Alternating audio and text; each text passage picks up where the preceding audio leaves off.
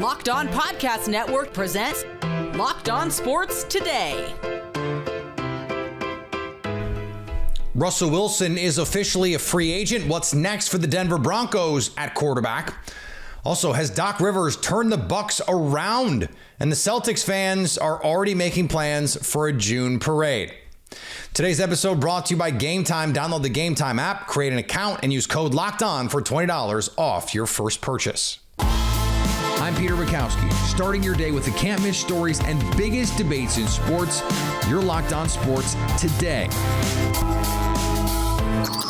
Searching all major sports. Found. Let's start with the biggest story. Before yesterday, the largest cap hits ever eaten on a dead money basis were Aaron Rodgers and Matt Ryan. Russell Wilson is going to cost the Denver Broncos more than Aaron Rodgers and Matt Ryan combined to the Falcons and the Packers. His tenure in Denver is over. Sarah Bedinger from Locked On Broncos joins me now. And Sarah, you're shaking your head. We knew this move was coming, though. That doesn't make it any easier to swallow at this point. If you're the Broncos and their salary cap, it's still going to hurt. $85 million in dead money. Where do the Broncos go from here at the quarterback position? Oh, that's going to be a fun story to follow all offseason, isn't it, Peter? I mean, when we talk about free agency trades, the NFL draft, I mean, everything seems to be on the table right now for Sean Payton. Unfortunately, like the guys you mentioned, Matt Ryan, Aaron Rodgers, the Broncos don't get any great draft picks out of this whole thing either. They're saying goodbye to Russell Wilson and as a cut, so it's no draft picks involved coming back to Denver, which stinks because they don't have a second rounder. You'd love to be able to get some type of compensation, but just going to have to eat the dead money, going to have to trust in Sean Payton. That's where Broncos country finds themselves now with, I guess, a pretty darn good quarterback draft class coming in. At least a lot of people like a lot of different guys here, beyond the top two even. So it's exciting from that vantage point. The Broncos haven't had a first round quarterback since Paxton Lynch in 2016. So of course you got to make amends for a lot of different things that have happened in the post Peyton Manning era. The Broncos seem to be a bit snake bitten here, but certainly everyone's hoping for the more long-term option, which would be obviously the NFL draft. And so does that mean that the Broncos could be in position to trade up? Because we think Caleb Williams is going to go number one. Drake May, Jaden Daniels probably in the top five. Then you're looking at J.J. McCarthy. You're looking at Bo Nix. You're looking at Michael Penix, some of these other guys. So what makes sense for Denver, given, as you mentioned, they don't have a second round pick? Yeah, don't have a second rounder, so it makes trading up more complicated because they also need the draft picks to supplement the rest of the roster. It's certainly not an enviable position to be in, but I mean, if you get the right guy to go toe-to-toe and in the fourth quarter of a close game with Patrick Mahomes, that's what you need in the AFC West right now. You have to have that guy. So if you can get him, I guess you have to make the sacrifice to go up and do it. And Broncos haven't had a first rounder. They didn't have one in 2022, didn't have one in 2023, barely had second round picks in each of those years. They had to move up last year to get Marvin Mims at the end of round 2. So you haven't had that draft capital. Now you're talking about the potential of, if you want a quarterback, let's say J.J. McCarthy, you may have to give up next year's first rounder to go ahead and move up and get him. So you're really limiting yourself in terms of draft capital, and you're banking on that guy being that guy, right? He has to go out there on the field and prove to be the guy to go toe to toe with the Mahomes and Justin Herbert now, who has Jim Harbaugh coaching him, and whoever the Raiders end up with. I mean, it's a tough division for the Broncos. It's tough sledding just in general, but they've got to get this decision right. Yeah, it seems like given the money that you're allocating to Russell Wilson at this point, if you're the Broncos, it takes you out of the Kirk Cousins sweepstakes, the Baker Mayfield sweepstakes, because those guys are going to want 30 plus. If you're Kirk Cousins, probably 40 plus $1 million. Can you have over $100 million allocated on your cap to one quarterback? That seems like it's not tenable for them. So is there someone in the veteran market, whether it's a Jacoby Brissett kind of bridge quarterback or a Justin Fields trade, that you think also makes sense here for Denver? Maybe George Payton needs to go to Kirk Cousins and be like, hey, have you heard of Shohei Ohtani? Did you see what he just did for the Los Angeles Dodgers?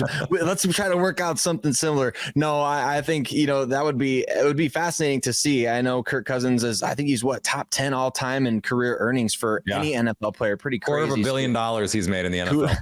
kudos to him and his agent, man. Great job for those guys. But I think veterans that would be realistic for the Broncos could obviously be like Jameis Winston, who has history with Sean Payton in New Orleans. I don't know if that would end up coming up, but Davis Webb, the Broncos quarterbacks coach, he was a teammate of Sam Darnold's with the New York Jets as well for a period of time there. So the ties that bind, right? That's what you kind of look for, especially if you're talking about the Broncos already have Jarrett Stidham on the roster. He's counting another $7 million against the cap. So you've got Russell Wilson, whatever he's counting, plus Jarrett Stidham. Now you're talking about, okay, do we want to bring in somebody to kind of raise the floor at quarterback, and who effectively does that? Quickly here, give me a potential landing spot that makes sense for Russell Wilson. Pittsburgh, Atlanta, I think New England, anywhere that he has a direct chance to be a starter. He's got some friends, old friends in Minnesota as well. So there could be something there, I think, but he wants to probably go where he's going to have the clearest chance to start day one. And I think maybe, I don't think the Raiders make a lot of sense at all. I think that would be strictly to, stick it to the Denver Broncos to play them again. But I don't know. I think those are the teams that make the most sense to me on paper. Stay up to date all year on the Denver Broncos by subscribing to Locked On Sports Today and Locked On Broncos on your favorite podcast app and on YouTube. Thanks for making Locked On Sports Today your first listen. Coming up, the Bucks have been searching for anything this season. Before we get to how they're doing, a legendary offensive lineman has called it a career. With killer last-minute deals, all-in prices, and their best price guarantee, Gametime takes the guesswork out of buying tickets. Gametime has plenty of last-minute tickets to your favorite team. They also make it easy to get in the gate with flash deals and zone deals. Gametime makes it easy to find and buy tickets for every kind of event in your area. They've got views from all seats in the venue. They also have the lowest price guaranteed. Take the guesswork out of buying tickets with Gametime. Right now, new Gametime users get $20 off your first purchase with code LOCKEDON. Terms apply. Just download the Gametime app and use code LOCKEDON for $20 off your first purchase. Download Gametime today. Last minute tickets, the lowest price guaranteed. Locked On has launched the first ever national sports 24/7 streaming channel on YouTube. Locked On Sports Today is here for you 24/7, covering the top sports stories of the day with the local experts of Locked On and our national shows covering every league. Go to Locked On Sports Today on YouTube and subscribe to the first ever national sports 24/7 streaming channel. The Eagles center made the rumors of his retirement official, ending his potentially Hall of Fame career. And so this all brings us here to today, where I announce that I am retiring.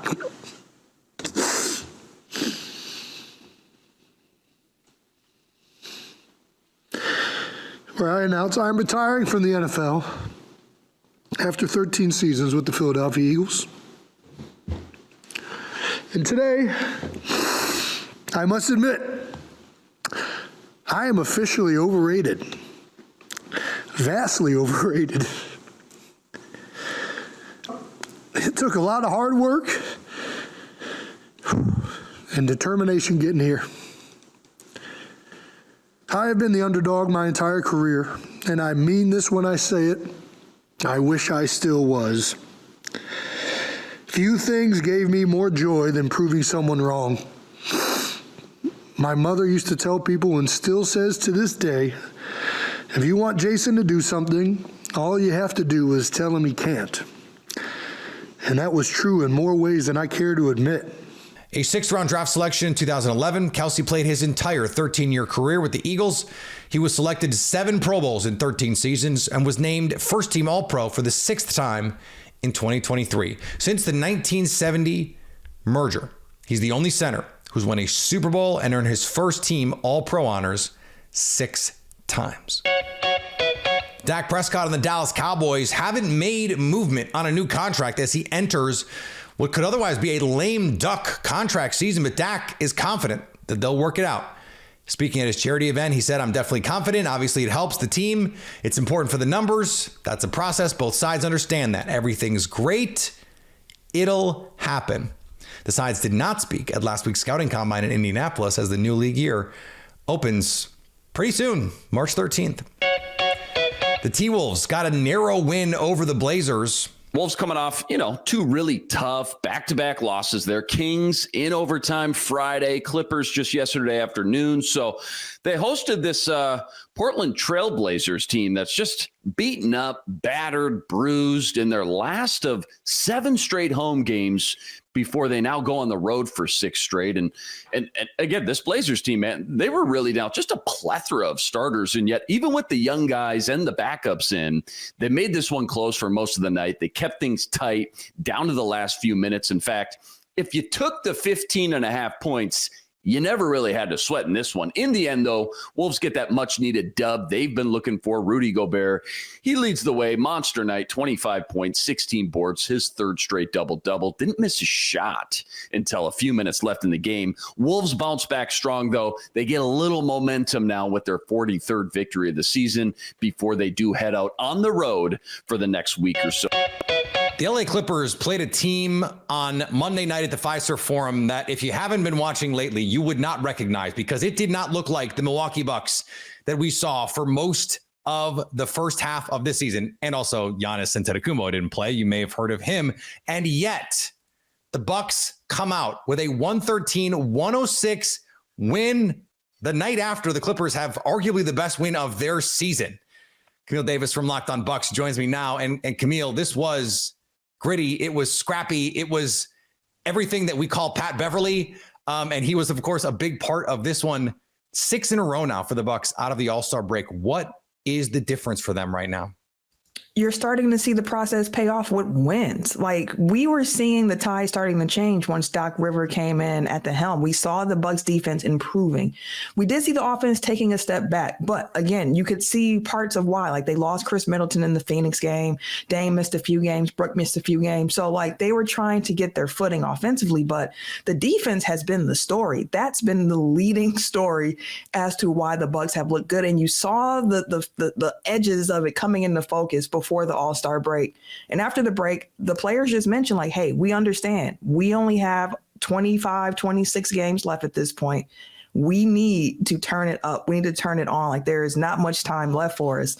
And they knew the assignment. Things were very clear to them at this time. And you're seeing it pay off. You're seeing them play with urgency, with effort. It's fun Bucks basketball again. Like, I have a smile on my face hearing you talk about it. See, that's what I mean. Like, tonight's win just showed, like, this is what Bucks fans have been missing. Like, a lot of the season fans have felt a little joyless watching the team at times because of the expectations on this team. And now to see them starting to click and get this type of gutsy win without Chris, without Giannis, against a Clippers team that's pretty much healthy outside of Russell Westbrook. And they pulled it together. It was looking bleak. In the first half, they had me. I'm not going to lie. It was looking bleak at 30 points. But what a big fourth quarter comeback for this Milwaukee Bucks team. The fact that they outscored the Clippers 40-25 in the fourth, the defense stepped up and they were able to convert some shots along the way as well. Yeah, something that really stood out to me, Camille, as I was watching this was I cannot remember a Bucks game, a meaningful one, where they played this much zone. Yeah. And there have been games this season where we've seen them spend seemingly the whole game switching everything, which was not a thing that they did under Mike Budenholzer. Now, later in the Bud tenure, like, he would make some changes. We knew with Drew Holiday, they would do some different. This is the most diverse group of defenses I can remember seeing them play. And to have it done this quickly, I don't know what else to say about what Doc Rivers has done. Like, what are you seeing there? Because it is remarkable to me. You saw them doing these things under Griffin as well. They just weren't being executed the same way. Griff ran a lot of zone. Griff ran a lot of switches. He wanted to have an aggressive defense, but the Bucks defense under Adrian Griffin, unfortunately, wasn't creating many turnovers, not many deflections, wasn't really pressuring the ball that well. And with Doc Rivers coming in, he established some base guidelines for the team, pretty much going to guys saying you can do this and this will not happen in the offense or in the defense. So he mentioned, which sticks into my mind, he talked about the fact that he was seeing Damian Lillard and guys above the 3-point line coming in and crashing, trying to get defensive boards. And he's like, you're already out of the play. Like, just get back. Like, I'm not trying to see Dame chasing rebounds. Like, if it bounces your way, cool. But otherwise, get back. And him just establishing the baseline sidelines, making the Bucks talk. The communication is a large piece of that. And when you see them on defense, they look so much more connected, in large part because they're all talking to one another. They know where each other should be, and they're speaking confidently, and they're trusting in one another as well along the way. Like cutting down the transition defense points for the other team has been big. Transition defense has gotten so much better for the Bucks. Points in the paint, they're allowing less there, like rebounding better. Like they're just playing more sound and fundamental ball right now. And we've gone this far and haven't even mentioned Damian Lillard had 41 in this one. Now, no Giannis, no Chris, but this is the version of Damian Lillard that we saw in Portland last year. And this is the version of Damian Lillard that the Bucks thought that they were getting when they traded Drew Holiday for him. So why do you think we haven't seen that? And what do you think the chances are that we can see this a little bit more often in the second half, or as we close? We're past the second half now. Yeah, in this final third of the season, final quarter of the season, honestly, it's just comfort. That's something that Doc came in as well as an emphasis point for him, making sure that Damian Lillard felt comfortable in this offense. And Dame is starting to get that. And you're starting to see the guys around Dame as well understand what their roles are. Bobby Portis made note of that, saying we all know what our roles are. They're very clearly defined right now. And within that, we can play to our strengths, knowing exactly what's expected of us. And with Dame, he's being more aggressive. He's hearing from his teammates, we need you to do this. We need you to go shoot these 40-footers. We need you to lead the way. Pat Bev made a point saying, hey, come playoff time, like you're going to be getting up 25 shots a game. And there might be some bench guys that look and say like, hey, you going G-ball. But the reality of it is this is how it should go. Your star players get the touches. Stay up to date all year on the Milwaukee Bucks by subscribing to Locked On Sports Today and Locked On Bucks on your favorite podcast app and on YouTube. Coming up, the Celtics are already planning a parade in June. Get buckets with your first bet on FanDuel, America's #1 sportsbook. Because right now, new customers get $150 in bonus bets with any winning $5 bet. That's $150 if your bet wins.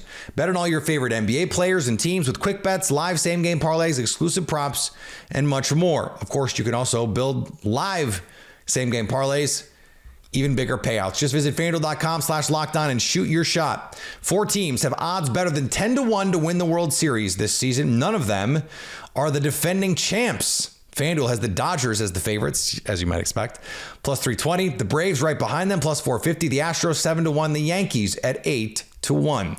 FanDuel, official sportsbook partner of the NBA and the official sportsbook of Locked On.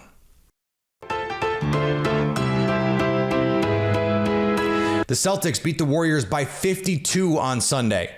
On Monday, Locked On Celtics host John Corrales says it's time to plan the championship parade. They didn't just try to overdo something. They said, what do you got for us, Golden State? What are you trying to take away? What are you trying to give us? What do you think you can live with? And they took what you think you could live with and turned it into, it's going to kill you. That's where the Boston Celtics. And this is why I believe this is a different team. I've been saying it from the beginning of the season. I've been telling people since day one, make your parade plans in June, because this is the team, more so than any team in the past here, where I thought, hey, they could, and I thought they could have beaten the Warriors, and I thought they could have gotten to the finals last year. But this team, I keep saying, this year's Celtics team is going to get to the finals. I think they are going to win a championship. And I'm not saying that in a jinxing way, because jinxes aren't real. I'm saying that because this team continues to play the right way, make the right play. I get it. They're in historic territory, point differential. There's a number of metrics that you can look at and point to and say, just, it's over. Let's start the parade. Get out the duck boats in Boston right now. Except they were the best team last year, at least the best team left after the Bucks went out in the first round because Giannis Antetokounmpo got hurt in that first round matchup. They, by all rights, were heavily favored over the Miami Heat. But the Heat played better, and Jimmy Butler is Jimmy Butler in the postseason. A couple years ago, they were the best team. The analytics loved the Boston Celtics. The Golden State Warriors had Steph Curry. And the year before that, the Milwaukee Bucks beat them precisely because They had Giannis Antetokounmpo, and the Boston Celtics didn't. In fact, in that finals run for Boston, the only reason that they ended up making that run is because Chris Middleton got hurt. That series still went 7 because Giannis was unstoppable. In a series against the Bucks, they will not have the best player on the court. In a series against the Sixers, if Joel Embiid is healthy, they will not have the best player on the court. And in a series against the Nuggets, they will not have the best player in the series. They're the best regular season team that we've seen in a couple years, in a while. That does not mean they're going to win the title. And finally, no matter how awesome you are, you'll probably never reach Iditarod musher awesome. A veteran musher had to kill a moose after it injured one of his dogs shortly after the start of this year's Iditarod. This according to race officials on Monday. Dallas Seavey informed the officials with the Iditarod trail sled dog race Monday morning he was forced to shoot a moose in self-defense. This came after the moose became entangled with the dogs and the musher. Oh, and Seavey has also won the race 5 times. It's, by the way, in the rules that he has to do this and has to field dress the moose. It's in the rules. Now, I don't want to say that we're talking about the LeBron of the Iditarod, but has LeBron ever killed a moose to win a title? I didn't think so. Locked On has launched the first ever national sports 24/7 streaming channel on YouTube. Locked On Sports Today is here for you 24/7, covering the top sports stories of the day with the local experts of Locked On, plus our national shows covering every league. Go to Locked On Sports Today on YouTube and subscribe to the first ever national sports 24/7 streaming channel. Coming up on the next Locked On Sports Today, what is the plan for the Steelers this offseason? Justin Fields market, anyone? So at least until tomorrow, stay locked on sports today. Locked On Podcast Network presents Locked On Sports Today. For more episodes of Locked On Sports Today, go to our video on demand. Click on Sports at the top of your screen. There, you'll find past episodes of Locked On Sports Today, plus other Locked On shows on demand.